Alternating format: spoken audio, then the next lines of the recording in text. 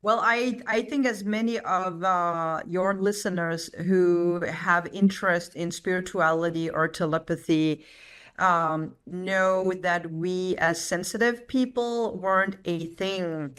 Talking about sensitivity back in the 70s and the 80s, where I grew up, wasn't a common thing, which made me feel like the odd one out. And I sensed everything in a room. I predicted things in a very young age. I sensed the animals talked to me. And for me, it was quite easy, though I was still growing up through my adolescence and trying to be a normal teenager. And I was very interested in once to become an author, a psychologist, or working in the media industry. And I ended up with doing all of it.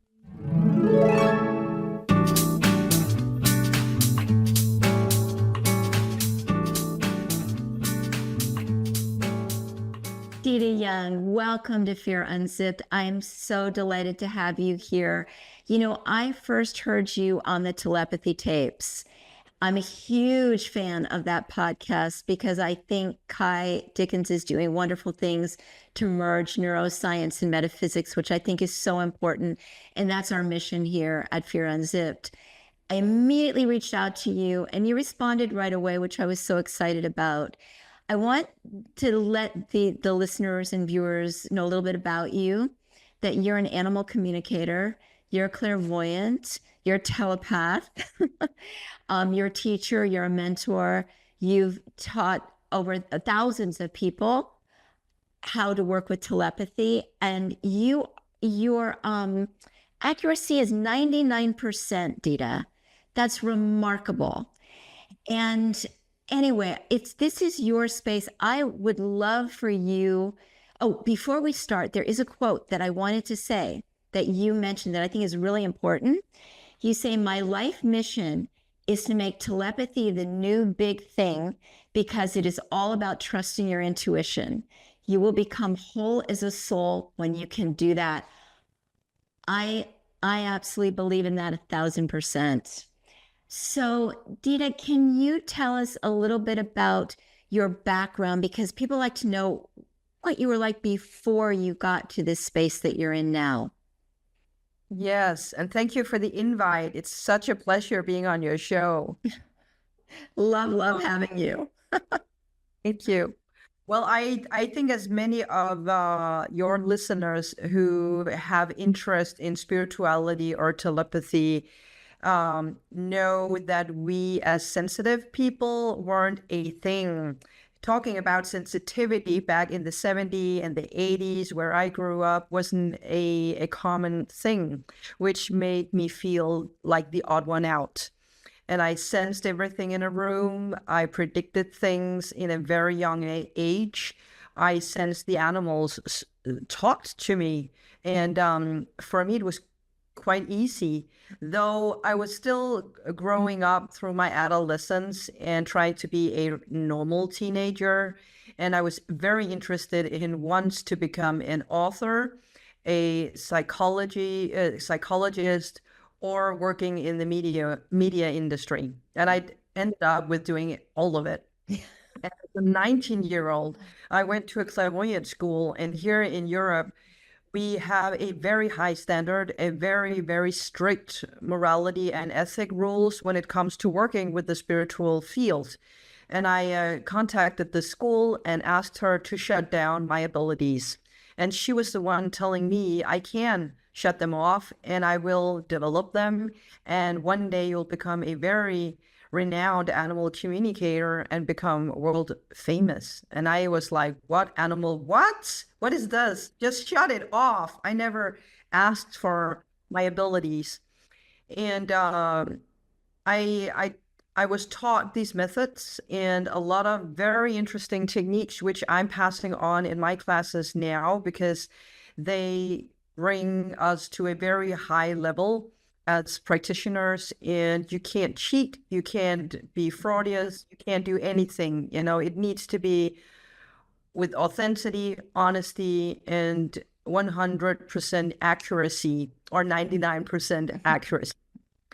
And I trained on 60 people, and it was blindfolded. It was through pictures. It was deceased human beings or souls and spirits, and it was live audiences. And I taught that these methods were very, very simple. And then I trained on 40 animals, and I took in everything like goldfish, horses, birds, dogs, cats, saw the difference between their intelligence, their way of being in the world, their understanding of being a collective, etc., etc. And I understood how easy telepathy was and the difference between clairvoyance, mediumship, telepathy, healing, craniosacral therapy, etc., etc. And when you start into this world, I think you will never finish. You will always be more curious and, oh, I need to knowledge about crystals, or I need to know more about cards or angel cards, or how does this universe work? And parallel to my training with becoming the clairvoyant and animal communicator I am now, I worked in the TV industry, in the news department at our national TV station as a production manager and a producer. And it was somewhat a very different area. Stressful life, packed with egos, packed with people that were trying to become the best or the fastest or the most well-known, et cetera, et cetera. So it was very diverse. It was very polarized for me in a very young age. And when I became a mother as a 29-year-old to Philip, who's my neurodivergent son, it wasn't a possibility for me to work in the TV industry anymore. Mm-hmm. And I've already had and built up a tiny brand because animal communication wasn't as well known. I was the person that spread out this rumor in Europe. And I took a leap of faith, and I just knew with a neurodivergent son, I can't work 60 hours a week. I have to find my own way of working around my son, helping him to develop and earn money. My dad and the dad and I just split up after he was 2 years old, which made me a single parent. And I think the universe helped me because my career literally took off without doing anything. I never chased a career. It just came to me. That's an incredible story. I too worked in the television industry. How funny is that? For many, many years. And it was a great learning ground. And then then the rest is history. But I know exactly what you're talking about. So when you started, did your family notice that you had these intuitive abilities, or did people in your family already have those abilities as well? Well, I'm an adoptee, and when I was in my 20s, it was my biological family who found me, and we've been traveling because my family or biological family live in Korea and in the United States, and we have traveled a lot, and I've heard stories of how my grandmother had spiritual gifts as well. But in my Danish family, where I grew up, they knew I had abilities, but because I was raised in a very religious home, I think we were reluctant on spirituality, probably fearful of what is this? And because we are back in the 70s and the 80s, people just didn't know anything about it. So I wasn't supported. Yes, I often say I would never have done this podcast 20, 30 years ago. There's no way, because people would think I was a freak. And, we didn't want to appear that way, but I've had abilities all my life, but I never really understood what they were. So it's just, and that's why listening to podcasts like the Telepathy tapes, it's really reassuring that it's now becoming very, very mainstream. And are you finding that too? Are you finding that science is merging now with metaphysics more? Oh, yeah, definitely. And science have tried to merge many, many times with spirituality. But I think the obstacle has been they weren't courageous enough or strong enough or persistent enough to stand still and stay put in that massive skepticism they met from colleagues, whereas the telepathy tapes have had huge support from various scientists and universities. And it's going to be difficult when so many universities in America are supporting this science behind telepathy, amongst others. And many of those podcasts that have interest in my work now have a scientific background. And that's just amazing. So I feel the science is really important. I like to merge the science with the metaphysics because there's some grounding there. You're not just throwing arrows, throwing darts at dartboard. So I really would love to get into the telepathy part and your particular abilities, and especially with animals. So I know that after you appeared on that podcast, that people went crazy because people love animals. We all love animals. Most of us love animals. So I'd like to know what it's like communicating with animals. And is there a difference between wild animals and domestic animals? And what are you hearing, seeing? How are they communicating with you? And if the animals live in different countries, is there a different language? You know what I mean? Like with us. Yeah. The animals have a universal language. It's the unspoken language, and the nonverbal language. It's just energy. It's emotion and energies. And the way animals communicate is by sending images to one another, or an energy or a frequency to one another. And that's why they sense on each other, oh, there's a dominant one in the pack, or there's a sensitive one in the pack. And they figure out a hierarchy out there all by themselves when we don't blend in or interfere with their hierarchy. When they are socialized and domesticated and we take them in, they become very dependent on their human beings because they want protection, basically. And if they don't have a quote leader, they will act out in various ways. And that's why I invented these personality profiles, where I built up a conversation based on their personalities. Because when we understand who's in there, regardless if it's two-legged souls or four-legged souls, we don't have any behavioral issues anymore. And animals are very, very occupied with the ego, basic needs. Do I get my food? Do I get hydrated? Do I get stimulated, or should I stimulate myself? And do I feel safe in my environment, which is the home, the apartment, or my family members? And what do I pick up on with them? And of course, they are occupied and focused on their well-being physically, which means if they are sore, if they are locked in their body, they show it to us as behavioral issues. As an example, a dog can become insecure with the locked back and then become more aggressive in the meeting with other dogs. And then we assume as human beings, oh, we have a behavioral issue, whereas it's only a health thing that could be solved within 5 minutes at a chiropractor. The information these animals bring me as a telepath, or my students, are more intelligent than you think. They know in each session I have, they tell stories about their human beings I couldn't know. And often it touches the animal owners and they burst into tears. It's so emotional because we are sitting here with our best friends. And why do we assume they are our best friends? Because they're pure. They have pure love.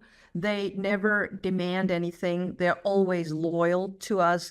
They are the symbol of everything we seek in life, everything we want in relationships in general. And that's the socialized animals. The wildlife animals are more aware of the collective. They accept you are you, and I don't need you. I need myself, my prey, and my raw instincts here. I know I have my cups. I know I have my friends, and I'm aware of their locations. I'm aware if they need help, and I'm going to help them. And that's basically it. And that's how we as human beings are measuring intelligence with animals. We measure elephants as being one of the most intelligent animals, and dolphins. And for both of them, it's because they are being helpful towards other species or one of their friends. The dolphins have the sonar system, and they can sense one of my friends need help. The elephants telepathically sense one of our friends died. We need to walk miles back and mourn and grieve about this, about our friend. And this is intelligence. And this is super interesting for me as an animal lover, that if we measured intelligence in the same way with human beings, we would be one of the most unintelligent species on this planet, because we are not aware of one another and the collective. We are more focused on the ego. And I think to balance this on Earth, we need both. We need the ego and we need the collective and the love. And that's why we love animals without knowing why we love them so much.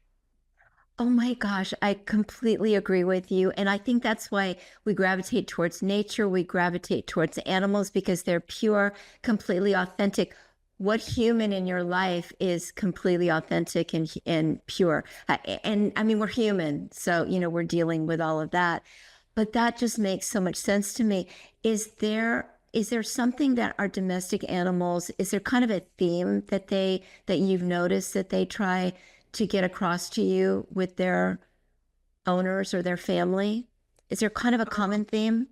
It varies from species to species, and the cats are very special because I do love cats. They're super intelligent, highly spiritual, but they are very focused on themselves. And if you won't pet me, you won't feed me, and you won't stimulate me, I'm taking off here. I'm not going to be your loyal friend. I'm going to find a new home.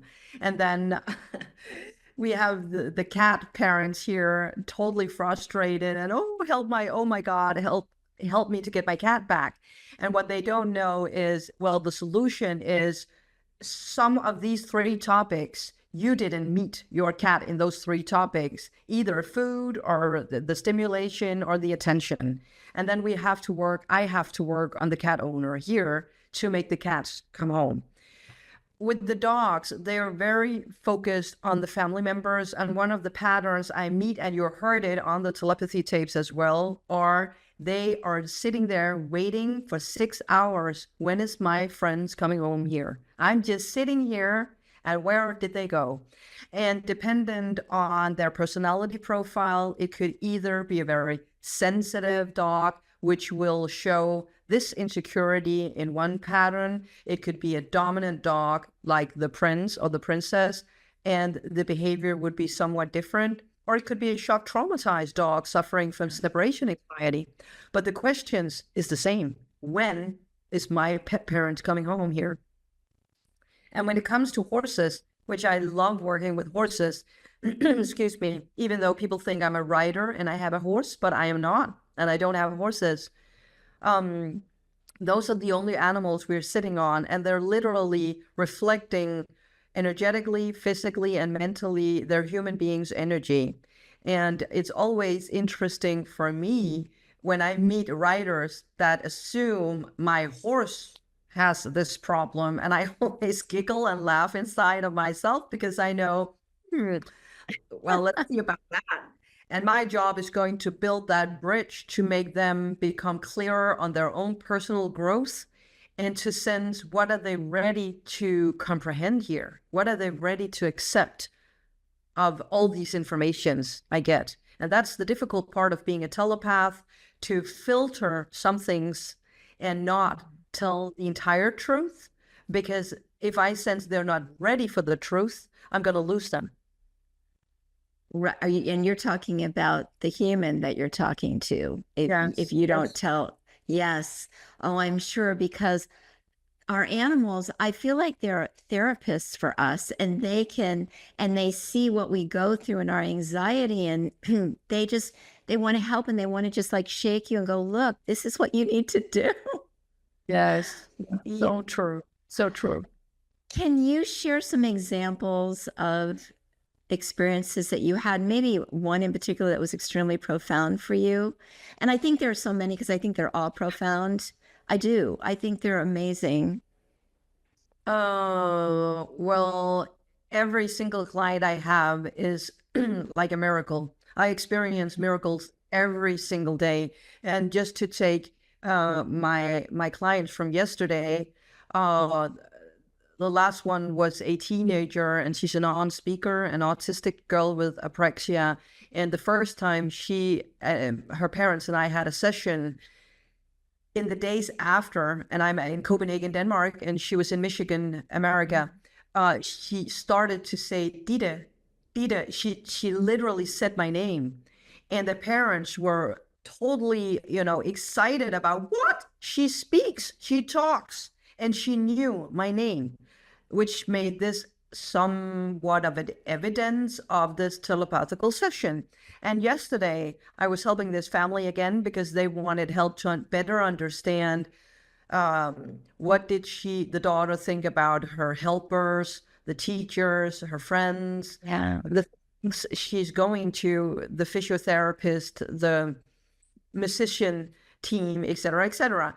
And this girl walked in on Zoom live with me, and then she said, "Hi, Ditte," and I was bawling. I was literally bawling because I heard her voice. That was an amazing story. And the session before this family was a dog, and this family wanted me to help the dog with behavioral issues. And yes, we laugh now, right? And, sorry, clients, I love you, but it is not the animals who have behavioral issues. I'm sorry. And this dog began to tell the story about who am I, the personality profile, which already explains a lot about the behavioral patterns. And they totally understood, that's why. And then the dog, I was sitting there with the mom, the dad, the daughter, and the son, live on Zoom. And the dog started to tell emotional stories about each and every single family member. But at the end, the dog told me that the daughter had a depression and she felt very lonely. And the dog wanted me to tell the parents, you need to back off a little bit, because when she isolates herself, it's because she's charging her batteries. And you're making it worse. You're wronging her when you keep asking her questions. And I had to wonder for just 3 seconds, is it now I'm gonna shut my mouth, or should I literally tell the story? And I asked the parents, can I be unfiltered? Can this be candid? And they said, of course, it can. And I told the story, and the daughter cried and cried. The dad cried in front of me. The mom bursted into tears. And it released something in the family after only 60 minutes of session. And this situation became more important, and we put more energy into their balance, in their relationship as a family, and less when it came to the dog's behavior. And I know that when they solve their issues, there is a behavioral issue with the dog. Does this make sense? It makes complete sense. That's why I say these animals are therapists. And they can see, because they know the personalities of everyone in the family so well, that they know what to do, but people are just ignoring that. And it's so interesting to me that people are coming to you to see what's the behavior problem with my dog. Well, people, perhaps look at yourselves. But no, but it's interesting. And that's why, I mean, our animals are just so special. And I mean, it moves me to tears, Ditte, because I talked to a lot of people. We lost one of our dog transitioned 2 or 3 years ago. I mean, every day I miss George, every day. And for a while I could see a shadow like around the corner walking, and my kids could see it too. And the love that I have for this, I call him my soul and my soulmate. But a lot of people, the love that they feel for their pets supersedes anything that we know on a human level, if that makes sense, because it's so unconditional. Yeah, So it is. if you lose an elderly parent, oh my God, it's terrible. Then you lose your best friend, your dog, and it's unbearable. It is, and we don't talk about Oh, when we lose animals. It's not allowed to grieve. I mean, literally, people are sadder when they lose their animals. When a family member passes, not always, because it depends on how this family member passed, of course. But the loss of an animal is devastating to them, and I think it's because they know it's such an insecure soul. And when you mention George, I rarely do telepathy on podcast shows because then everyone is going to ask me about it. absolutely. Yeah. But when you mentioned, you said George, right? Yeah. I feel this royal king, calm dog, mirroring just one, a healer that just sent out a healing, calm, stable person, the centerpiece in the family without people notice that that was his job. And you can't explain that to people who don't have knowledge when it comes to animals. He was a person. He was very calm. You take him anywhere, he would just sit and he'd observe, but he wanted to be with you. And he was just very, very calm. Yet he would oftentimes bark in our living room at, nothing was there. But my parents had recently passed. They passed 4 months apart. And so he oh yeah, it but I knew was talking to my mom because they were really close, and I knew. So can we talk about dogs who have passed Yes, and how they show up in our lives? They show back yes. up in our lives, or are they gone forever? Which of course I don't believe that at all. Well, when we leave our physical body, our souls wanders into another frequency, and there are super many frequencies out there, so many which my brain even can't comprehend to understand how big the universe is. And one of these frequencies are called a middle station, another frequency is called heaven, a third frequency is called the hill, and we heard of that on the telepathy tape. Yes. Some of these frequencies we meet when we sleep in our dreams. Other frequencies our consciousness finds via meditation, and so on and so on. And one of these middle stations, or no, to take it back, when a dog leaves the physical body, animals don't fear death because they know when it's time. And it's up to us as human beings to find the balance when it's a worthy death and when we extend it a bit too much because we fear losing them, and then it's not fair to the animal. But when we say goodbye to them, they are very focused on the fact that they didn't wander into death by themselves, which means they don't fear death, but they fear going in there by themselves. And that's why I always recommend animals owner, you need to be there when you have to say goodbye, because they are afraid of what's on the other side. And I have had the privilege of putting down many, or being present while animals were being put down by the veterinarian, and talk them through it and talk the pet parent through it, observe the soul wander out or leave the physical body. And then for some months, often the soul stays with us. But because they can't stay on our frequency, I call it a middle section or a middle world. It feels literally like we can't see it, but we sense them, we smell them, our dreams, we almost feel that they're there. We hear them like, oh, was it George? Oh no, George isn't there anymore. And we think it's our imagination, but it's literally because they are here. Because we know as animal owners that they are focused on bringing us comfort, healing, that we should just thrive in our lives. And that's why we love them. Why should that change because they're dead? Of course, they want us to thrive and be happy. And that's why they stay with their owners until they know it's better now. And now I can move on to the next frequency, which is heaven. We call it heaven. And the reason why I think we call it heaven, we have hell as well, but it's not like a devil standing there with a fork and it's fire and it's hot down there. It's an emotion. And heaven is an emotion of something heavenly. We love being there. If you ever meditated or you have the nicest dream ever, or you've been in a coma, or you've been asleep for, I don't know, if you were in an accident, people and fighting through through life and death. Many people have come back and told the story.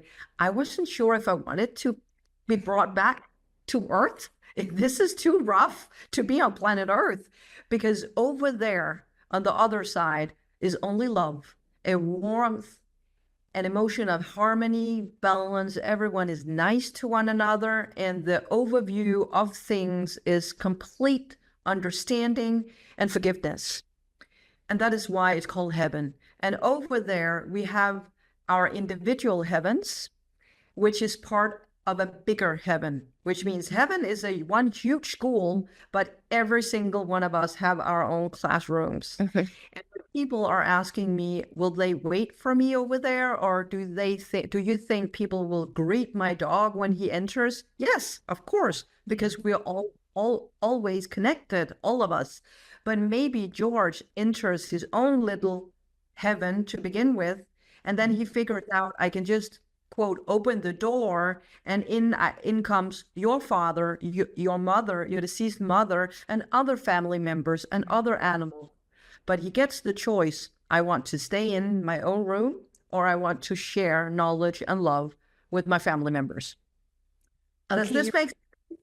Everything you say could not make more sense. You're bringing me to tears. It's just really emotional. No, in a beautiful way, because the love is so. I've had several people on my podcast who have had NDEs.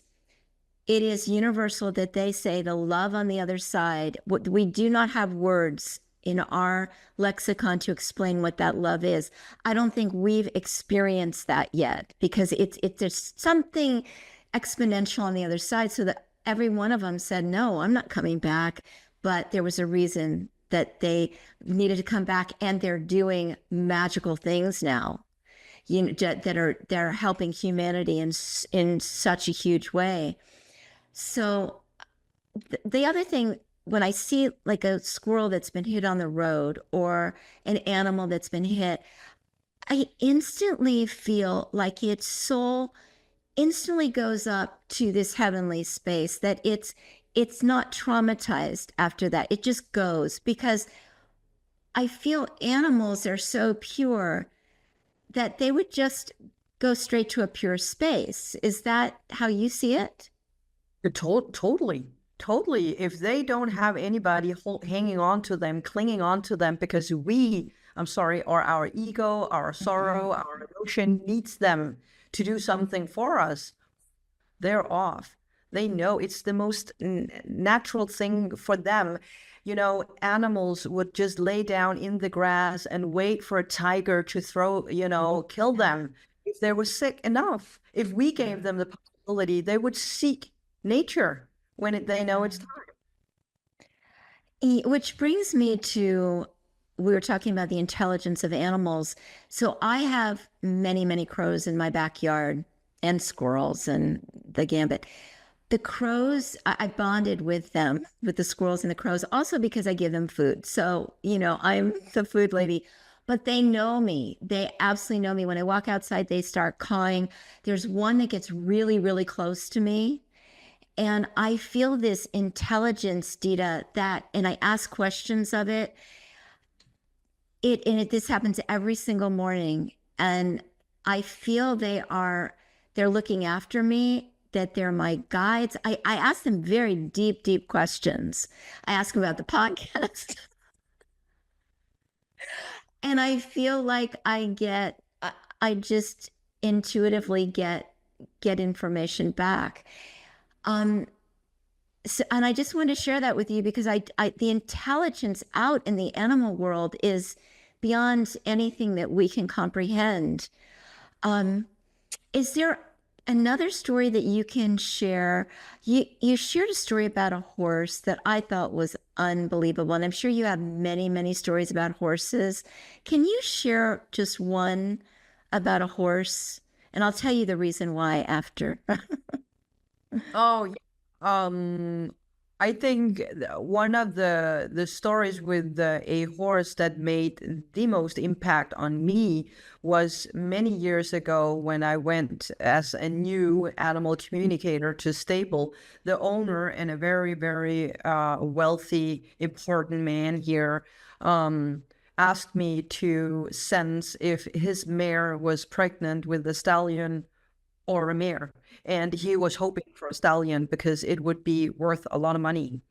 And as I stood there in the stable, this mare said, "Okay, Ditte, this is a stallion, and I'm pregnant with this boy, and so are you." And I didn't plan on getting married. And I thought, "Excuse me, what?" And she said, "Yes, and so are you." And I was kind of freaked out. And I told this man, "Well, it's a stallion. I have to go." And then I ran home and took a pregnancy test. And I was pregnant with Philip, my son. Oh my gosh. Well, there you go. It just doesn't get more evidentiary than that, does it? And that is the most intelligent and natural thing at once, because all in once, because it's a natural thing that animals know when another one is pregnant because they are sensing another heartbeat. They can smell it on my hormones or my system. I don't know. I never asked the mare, "How do you know this?" But she sensed, "You have something in there. You have a second heartbeat." But also knew that it was a male. Yes. And So that's energy. That's energy. that's energy. So speaking of energy, the reason I want to talk about horses is one of my guests was Dana Crocher, and she and her partner, Chrisana Sexton, created the most gorgeous movie, a documentary called Rescued Hearts, which has not come out yet. Have you heard about this movie? Yes, I see it on social media. Yeah, Yes, well, these Dana and Chrisana are two of the most beautiful souls on the planet. They bring me to tears, but I've just seen clips of this documentary, the healing power of horses and what our horses know and how they take such good care of us. It's just really beautiful, and I just hope that humanity starts waking up to the power of the animals around us and what they're there for. And I hope they wake up to nature as well, the power of the trees. And, I talk to the trees every day. I'm hugging a tree every day. And the intelligence there is unbelievable. Can you give us examples of how we can start connecting with animals, wild and domestic? Just some ways for us to open up telepathically? I think the most important thing when I teach these methods to my student is to be very aware of your five senses to begin with. Because when we are aware of our five senses, we can only be in the now. I hear a car in the street, or I see you, Sandi, in front of me, or I feel my legs on the chair, I smell my cup of coffee in front of me, etc., etc. Then I'm just present here in the room with you. And when I'm activating all these five senses, I make room for number six. And the sixth sense is where we have clairvoyance, where we are sensing another presence, but I can't see it. We see it when we have celebrities looking directly at the photographer, even though the photographer is probably miles away, or we are sensing, I feel someone is looking at me or from behind me, but I can't see this person. And that's the sixth sense. And when we start to become more relaxed in trust, all right, I pick up on things from time to time. We could train that literally by driving to a destination and shutting off the GPS. Then we had to use our sixth sense. Will we get there? Yes. And we might be 5 minutes or 10 minutes delayed, but we would never be, 4 hours late because we have an instinct. And that's a nice way of training it too. And when we start training the sixth sense, we activate the seventh sense, and this is where telepathy is located. And telepathy is basically to visualize things, like I told you with the animals. They smell each other, sense each other, visualize stuff. And telepathy for me consists of images in front of my inner eyes, thoughts in my head, or emotions. And I am that privileged that I receive all three methods at the same time and very, very fast. I download very fast. And when I practice telepathy, it sounds super easy and like a fluent dialogue. But what I'm actually doing when I practice telepathy with a dog, it could be the dog Tucker from the telepathic tapes. I had to ask him, who are you? I'm sensitive. Show me where you've been. He shows me a park. What did you feel? I asked him about the park. I felt happy. But the listener heard me say, oh, he's a sensitive prince. He used to be in a park with another family, and I don't think it was your family. And that made him happy, which means I'm just interpreting all these informations and passing them on to the pet parent as a dialogue.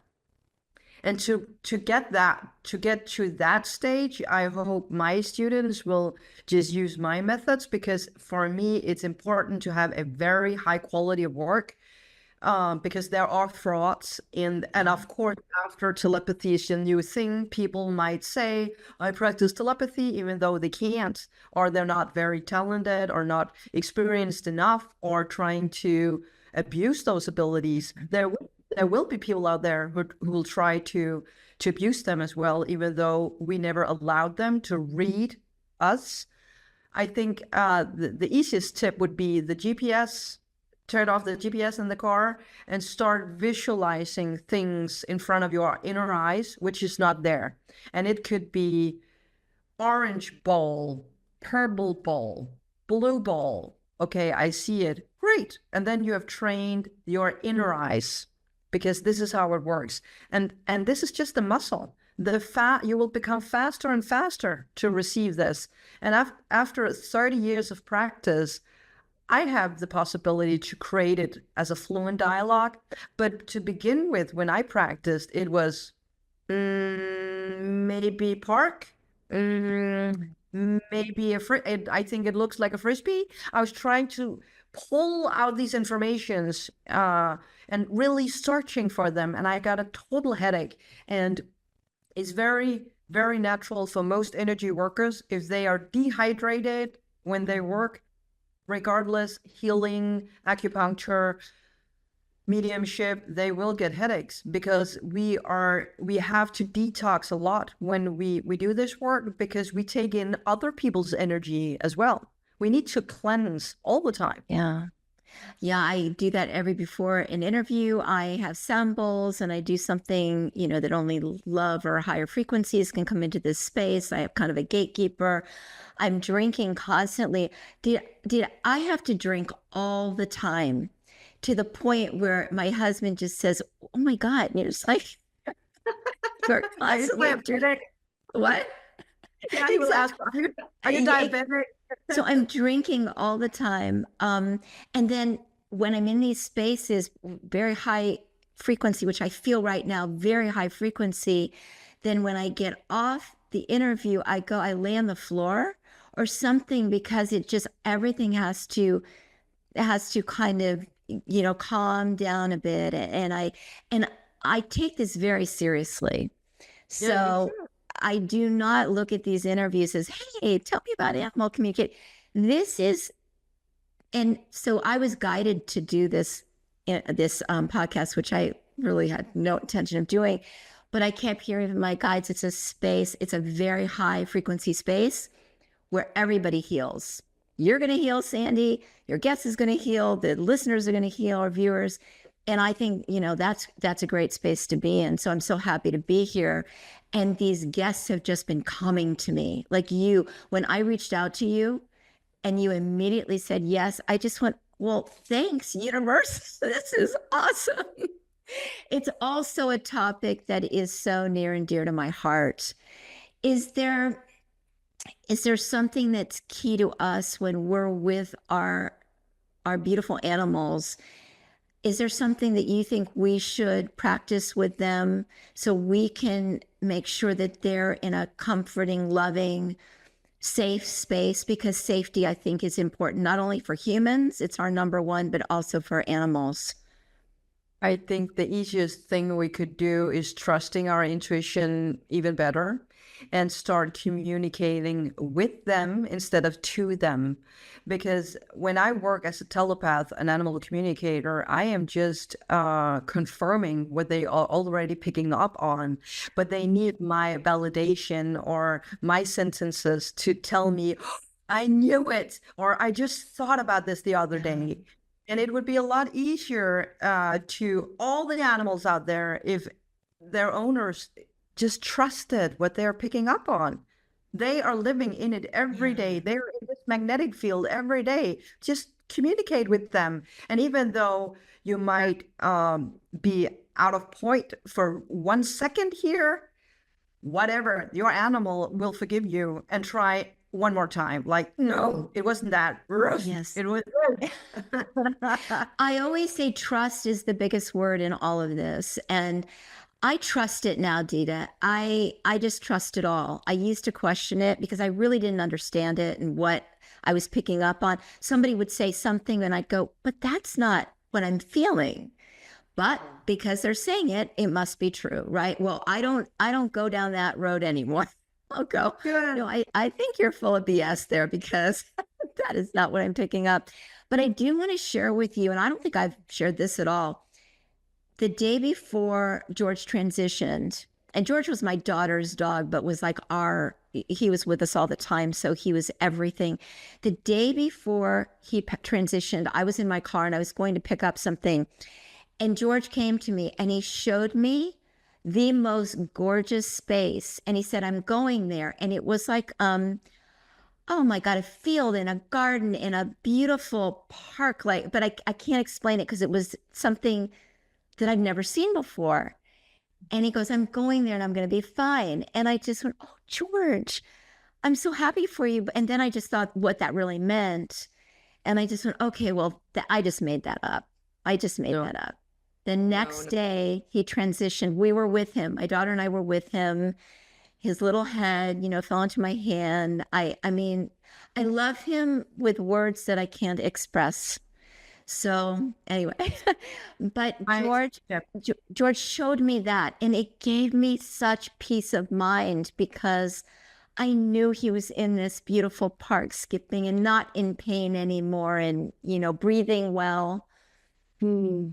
That's exactly how it works over there. And we built heaven through our consciousness. And if what felt like heaven to George, that could be forever green field, forever park, forever love, forever fields, or forever birds in the trees, that's what heaven will look like. Yeah. So do our animals come back in a different animal? They do come back, but usually, and again, I'm not God here, and things can have progressed, and it's been a few months since I tuned in on this the last time. But often when I see animals on the other side, they wander around, they have their everyday life, and they lose track of time over there because they don't have the clock or the timeline over there. And to them, what looks like an hour, to us on Earth, 50 years have passed. And eventually they will develop too, as we will over there. We will meet our parents and our loved ones over there, but we have a personal growth and a journey ourselves. And that's an individual story. That's why we have our own, quote, classroom. And one of the questions we have to ask ourselves, or the universe will ask us over there, will be, what did you gain from being Sandi? And what can you do better as Sandi in the next life? And if you could only wrap it up in one sentence, you would probably have to think thoroughly about this for more than 5 minutes. And then another 50 years have passed on Earth. And it's been I've seen twice animals coming down very fast again on this Earth to the same owner, but I only saw it twice in 30 years because I saw they knew when their pet parents were ready for them to leave, and they had to move on with their personal growth. And another one here on Earth had to develop the family differently. And that could be co-workers, partners,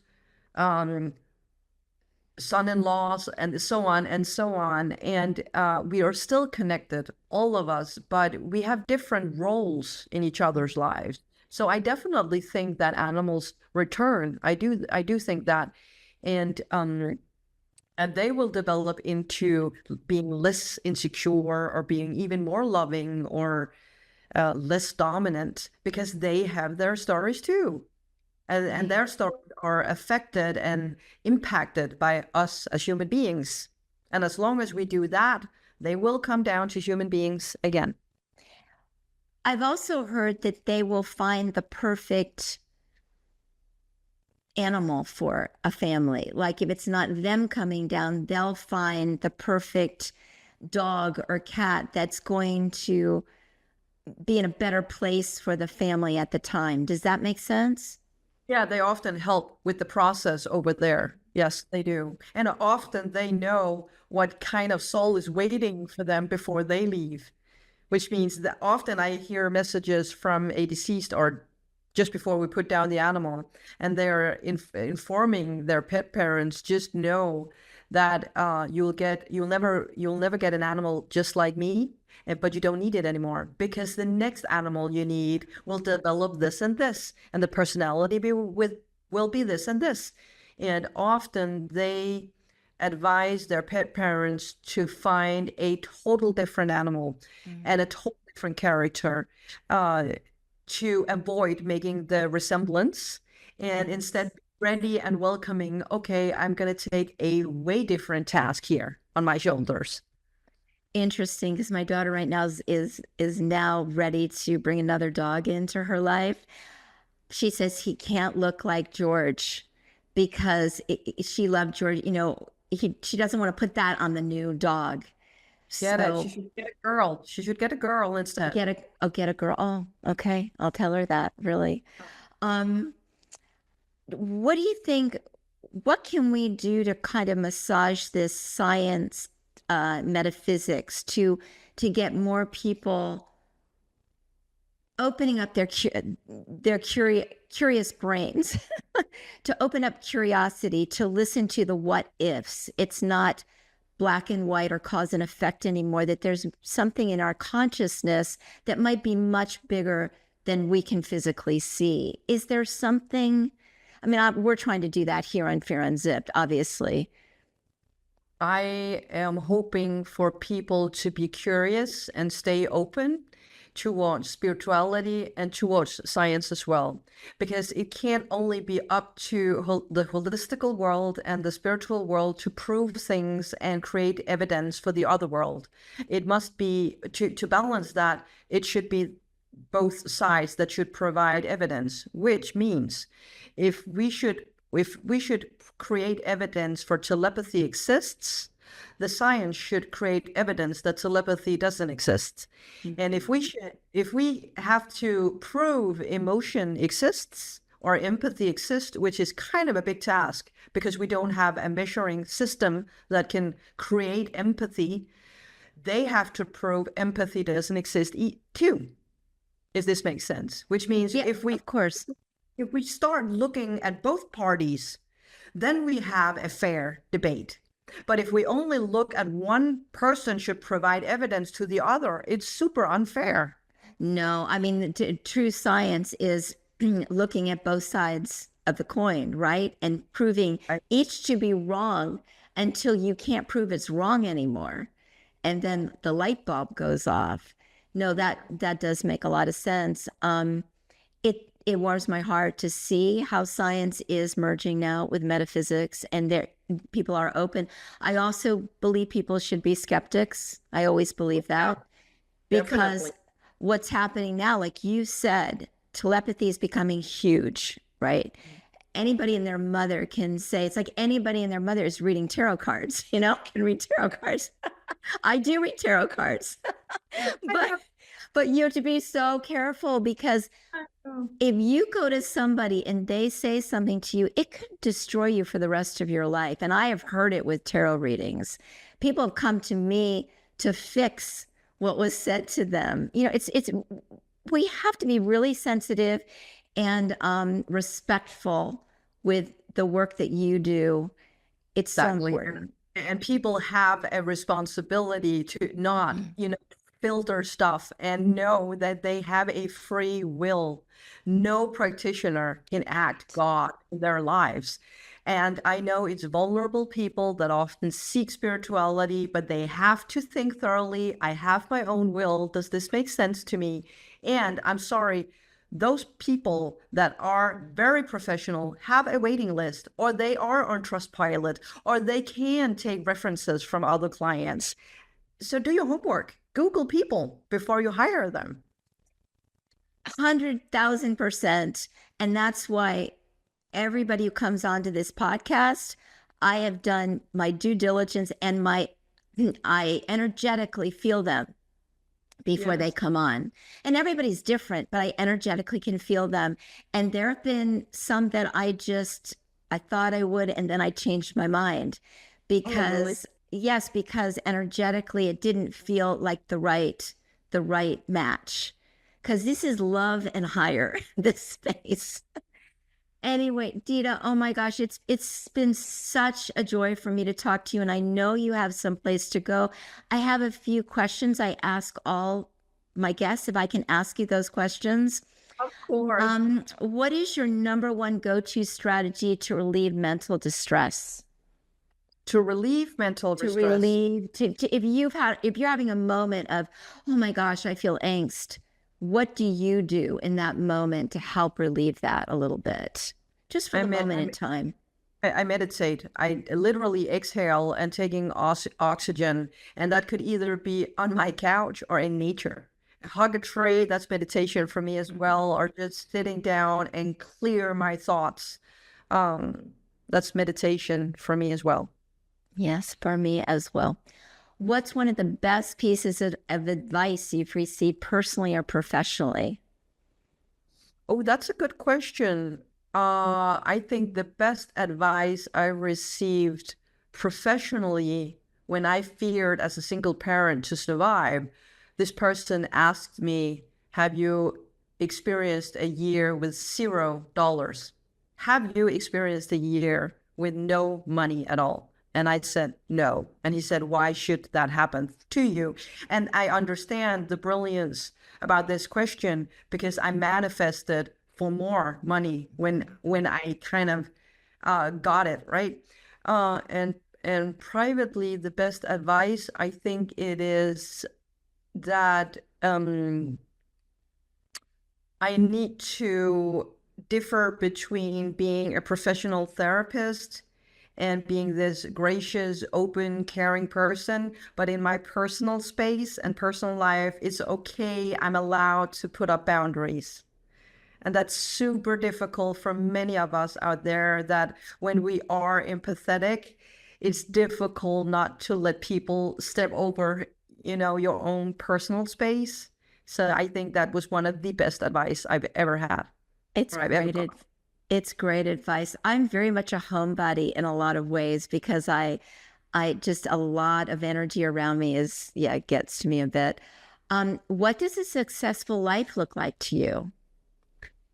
And a life in flow in general. Flow, that's not, when I talk about abundance, it's not money-wise. It is, I only have people in my life who care about me and understand me, and I understand them. That's flow or movement. The same thing goes with family members. Same thing goes with clients. I only attract clients of which I can develop them, and by their development, they develop me as a practitioner. And yeah, that's everything I want in life. My feeling is if you're in flow, everything else comes in. So everything just works. I agree with that. Last is a sentence.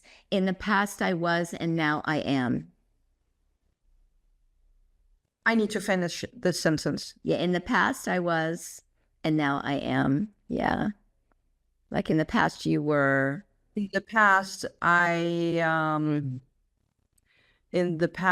lacked trust, and now I am not trustworthy, but in the universe, I trust. Beautiful. Ditte, where can people find you? Oh, on all social medias, Instagram, TikTok, YouTube, Facebook, by Googling my name or searching my name, and on my website, and it's ditteyoung.com. Ditte. And all of that's in the show notes, so people will be able to see all that.